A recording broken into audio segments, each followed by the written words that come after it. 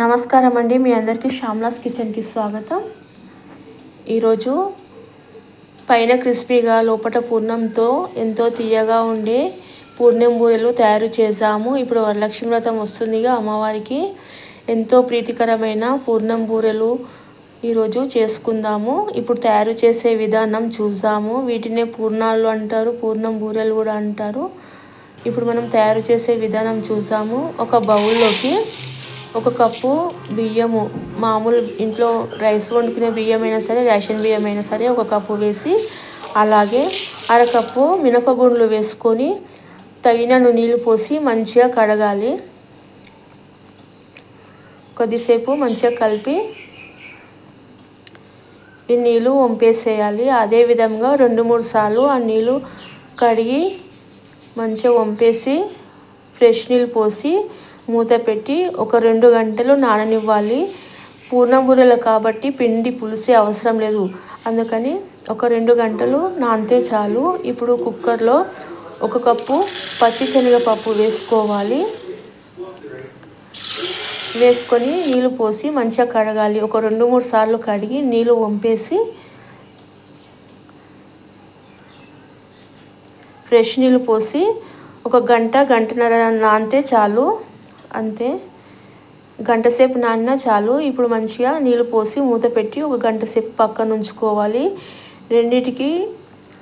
రెండు మంచిగా నానిన తర్వాత కుక్కర్ మూత పెట్టి కుక్కర్ పొయ్యి పైన పెట్టి ఒక 4-5 విజిల్స్ వచ్చేంత వరకు ఉడికించుకోవాలి. శనగపప్పు కాబట్టి మెత్తగా ఉడికించుకుంటే పూర్ణం రుబ్బుకోవడానికి ఈజీగా ఉంటుంది. అలాగే మిక్సీ జార్లోకి నానబెట్టిన బియ్యము, పప్పు కూడా వేసుకొని మంచిగా గ్రైండ్ చేసుకొని ఇంత తిక్కుగా ఉంటే చాలు. ఇంత తిక్కుగా రుబ్బి ఒక గిన్నెలోకి వేసుకోవాలి. అలాగే మిక్సీ జార్లో ఒక 2 స్పూన్ల నీళ్ళు పోసి మంచిగా కడిగి ఆ నీళ్ళు కూడా పిండిలో వేసుకోవాలి. ఇప్పుడు ఇందులో 1/2 స్పూన్ ఉప్పు వేసుకోవాలి. మీ టేస్ట్కి తగ్గట్టుగా వేసుకోండి. నేను ఇక్కడ 1/2 స్పూన్ వేసిన. మంచిగా కలిపి 1 స్పూను ఇడ్లీ రవ్వ వేసుకోవాలి. ఇడ్లీ రవ్వ వేసుకోవడం వల్ల పూర్ణాలు ఇంకా క్రిస్పీగా వస్తాయి. మినపప్పు వేయడం వల్ల క్రిస్పీగా ఉంటుంది ఆల్రెడీ. ఇంకా ఇడ్లీ రవ్వ కూడా వేసుకోవడం వల్ల మధ్య మధ్యలో రవ్వ తగులుతూ చాలా టేస్టీగా వస్తాయి. ఇప్పుడు స్టవ్ ఆఫ్ చేసేయాలి. ఇక్కడ ఇలాచీని పౌడర్ చేసి పక్కన ఉంచుకోవాలి. ఇప్పుడు ఇక్కడ కుక్కర్ మూత చల్లారింది. మూత తీసి పప్పు ఉడికిందా లేదా చెక్ చేసుకోవాలి. ఇక్కడ పప్పు మంచిగా ఉడికింది. ఇప్పుడు ఈ పప్పును జల్లెడలోకి వేసుకోవాలి. వేసుకొని ఒక 5-10 నిమిషాలు పక్కన ఉంచండి. 5-10 నిమిషాల తర్వాత నీళ్ళు మొత్తము జల్లెడలో నుంచి వెళ్ళిపోతాయి. ఇప్పుడు పప్పు ఉడికిందా లేదా చెక్ చేసుకొని మంచిగా అదే పప్పుని కుక్కర్లోకి వేసుకోవాలి. వేసుకొని పప్పు గుత్తితో మంచిగా మెదుపుకోవాలి.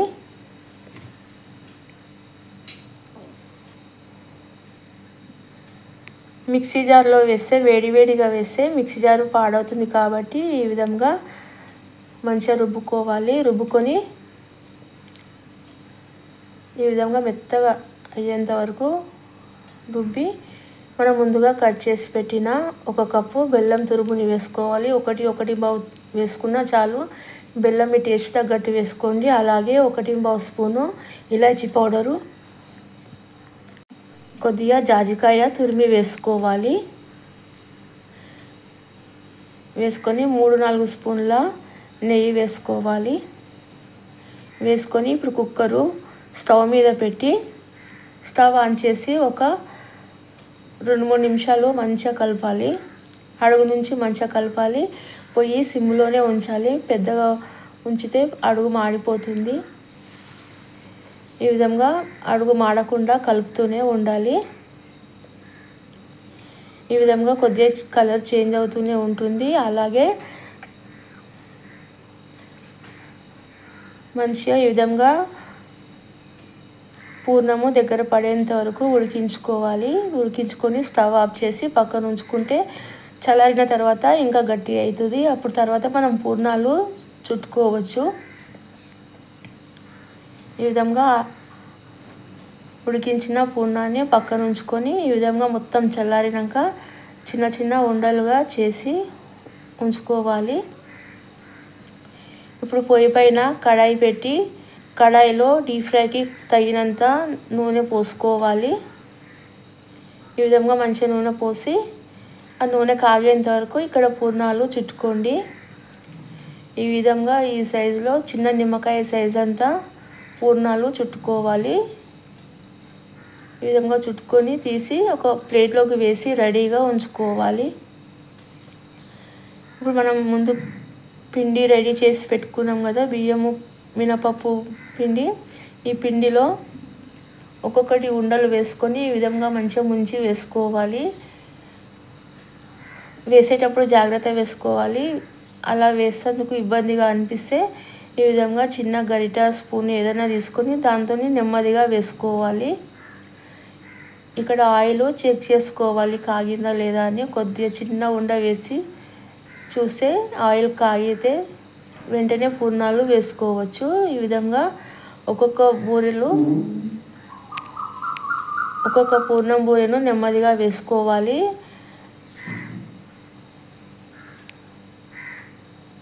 చేతితో ఈజీగా వచ్చిన వాళ్ళు చేతితో వేసుకోండి, లేదంటే ఈ విధంగా గరిట సహాయంతో వేసుకోవచ్చు. ఎక్కువ వేయకుండా 3-4 లేదంటే 5 వేసుకొని నెమ్మదిగా కలుపుకోవాలి. వెంటనే గరిటె పెట్టి కలిపినామంటే పూర్ణం మొత్తం బయట వచ్చేసి నూనె మొత్తం నల్లగా అవుతుంది. పూర్ణాలకు నల్లగా పిండి పడుతుంది కాబట్టి నెమ్మదిగా కలుపుకొని తీసి ఒక ప్లేట్లోకి వేసుకోవాలి. అలాగే రెండో వాయి కూడా మంచిగా వేసుకోవాలి. ఇదే విధంగా మొత్తం పూర్ణాలు వేసుకోవాలి. నేను ఫస్ట్ వేసిన నూనెలో కొద్దిగా పూర్ణం బయట వచ్చింది కాబట్టి ఆ నూనె తీసి చేంజ్ చేసి ఇంకొకసారి నూనె వేసి మళ్ళీ కాలుస్తున్నాను. ఈ విధంగా ఒక్కొక్కటి నెమ్మదిగా వేసుకోవాలి, నెమ్మదిగా కలపాలి. ఒకవేళ అంటుకున్న బూరెలు ఉంటే వాటిని కడాయిలో నుంచి తీసిన తర్వాత విడదీయాలి. కడాయిలోనే విడదీసినామంటే నూనె మొత్తము పూర్ణం పగిలి కడాయి అంతా పూర్ణం అవుతుంది. నూనె మొత్తం చెత్త అవుతుంది కాబట్టి ఈ విధంగా మంచిగా కాగిన తర్వాత పూర్ణాలు వేసుకొని నెమ్మదిగా కలిపి తీసి ఒక ప్లేట్లోకి వేసుకోండి. పూర్ణాలు ఎంత జాగ్రత్తగా చేసినా ఏదో ఒక బూరె కంపల్సరీ పగిలిపోతుంది. నాకు ఇక్కడ అలాగే జరిగింది. నేను 2 సార్లు నూనె చేంజ్ చేసిన అంతే. ఈ విధంగా మంచిగా వేయించుకొని తీసి ఒక ప్లేట్లోకి వేసుకోవాలి. అంతే, పూర్ణం బూరెలు రెడీ అయినాయి. ఇలా చేసుకోవడం వల్ల పైన క్రిస్పీగా ఎంత బాగా వస్తుంది చూసిగా, సౌండ్ చాలా బాగా వస్తుంది. తింటుంటే కూడా కరకరలాడుతూ పైన కరకరలాడుతూ కవరు లోపల తీయని పూర్ణంతో చాలా టేస్టీగా వస్తాయి ఈ బూరెలు. తప్పకుండా చేసుకోండి. వరలక్ష్మి వ్రతానికి నైవేద్యంగా చేసి అమ్మవారికి నివేదించండి. ఇవి టేస్ట్ చేసి ఎలా వచ్చిందో చెప్పండి. ఇక్కడ మా బూరెలు అయితే చాలా టేస్టీగా వచ్చినాయి. ఇప్పుడు ఈ బూరెలకు చిల్లు పెట్టి అందులో ఒక్కొక్క స్పూన్ నెయ్యి వేసుకొని తింటే ఆహా ఎంత టేస్టీగా ఉంటాయో. పైన కవర్ క్రిస్పీగా, లోపల పూర్ణము తీయగా ఎంత నోట్లో వేసుకున్నామంటే ఆహా అద్భుత అన్నట్టు ఉంటుంది. చాలా బాగుంటాయి. ఇలాగే చేసుకోండి. అమ్మవారికి ఈ వరలక్ష్మి వ్రతానికి పూర్ణం బూరెలు చేయండి, చేసి నైవేద్యంగా పెట్టండి. కానీ చేసేటప్పుడు చాలా జాగ్రత్తగా. కానీ ఇందులో కొద్దిగా ఇడ్లీ రవ్వ వేసుకోవడం వల్ల కవర్ చాలా క్రిస్పీగా వస్తుంది. అసలు టేస్ట్ కూడా సూపర్ కరకరలాడుతూ చాలా బాగా వస్తాయి. మీరు కూడా చేసుకొని తినండి. ఇంకొక మంచి వీడియోతో కలుస్తాము. మీకు ఈ వీడియో కనుక నచ్చితే తప్పకుండా లైక్ చేయండి, షేర్ చేయండి, సబ్స్క్రైబ్ చేయండి. Thank you for watching. Please subscribe. ఇంకొక మంచి వీడియోతో కలుస్తాము.